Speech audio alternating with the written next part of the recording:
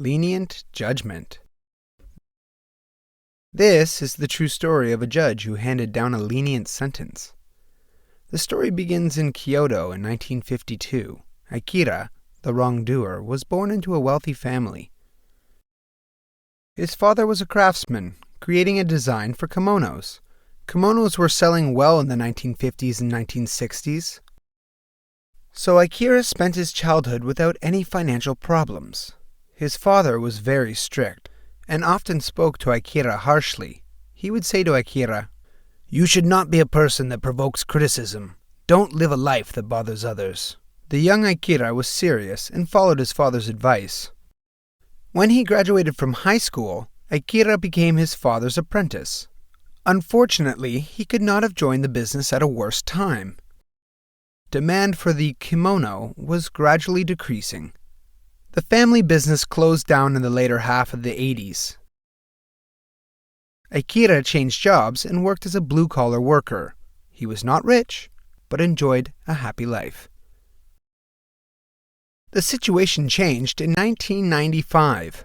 After his father died, Akira started to live with his mother. After a little time, Mother started to act kind of strangely. She started to tell lies and became unable to shop by herself, so Akira took her to the hospital. The doctor told him his mother had dementia. Akira worked during the day and did all the housework and cared for her, but her symptoms got worse. She became nocturnal, often wandering about the street. Sometimes she was returned home by the police. Despite achieving success in his career, Akira had to quit his job to care for his mother. Unfortunately, he did not qualify for welfare due to his unemployment insurance. He looked for a job that enabled a balance between work and care, but couldn't find one. His insurance expired in December. He sometimes went to a welfare office to get welfare, but the officer always told him that he must work. He reached the limit on his credit and became unable to pay the daycare and the rent. He finally did the crucial decision. There was no way but to commit double suicide.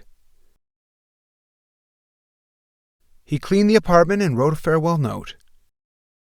He left home with his mother sitting in the wheelchair. He took a walk in his hometown where he was born with his mother. He bought 2 pastries for lunch and ate with her. He was looking for a place to die and finally arrived in the riverbed. On the morning of February 2nd, he said, "We cannot live anymore." She said, "Oh yes, Akira, I will be with you, always." He said, "Sorry. He strangled his mother's neck with a rope. He also tried to cut his neck with a knife, but failed in his attempt. His trial began for the murder of his mother. There he stood with his back straight and looking upward while a prosecutor gives an opening statement. He was shaking his shoulders, sometimes took off his glasses, and wiped these tears with his right arm.